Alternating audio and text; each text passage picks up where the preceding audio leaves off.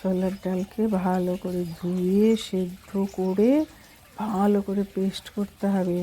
Paste করে আধা কড়াই ভালো করে পেস্ট করার পরে 1 লিটার দুধ নেবে, নিয়ে 1 লিটার দুধকে ঘন করে আধা লিটার করে ওর মধ্যে একটু এলাচ দিবে, দিয়ে ওর মধ্যে চিনি দিবে, দিয়ে ভালো করে এটাকে ঘাটবে। ঘেটে তারপরে ছোলার ডাল বাটাটা দেবে দুধের মধ্যে, দিয়ে ওটাকে ঘাটতে ঘাটতে ঘাটতে ঘাটতে ঘাটতে একদম দুধের সাথে মিশে যাবে, একদম লিকুইড হয়ে যাবে দুধের সাথে।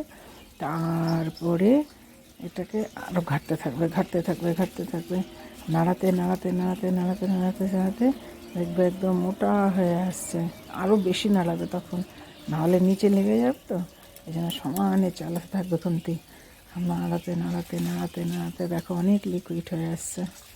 আরও হবে, কিছু কিছু আছে দলা দলার মধ্যে, আরও হবে। দেখো শুকিয়ে কতখানি শুকিয়ে গেল একদম। এর মধ্যে আবার একটু এলাচ দিলাম, তাহলে গন্ধটা একটু বেশি ভালো হবে। একটু এলাচ দিলাম, একটু ঘি দিলাম, দিয়ে দেখো নাড়ালাম, পুরো নাড়াতে নাড়াতে নাড়াতে একদম জলটা যখন একদম শুকিয়ে যাবে, পুরো জল আর থাকবে না, কড়াইতে আর লাগবে না, দলা হয়ে আসবে।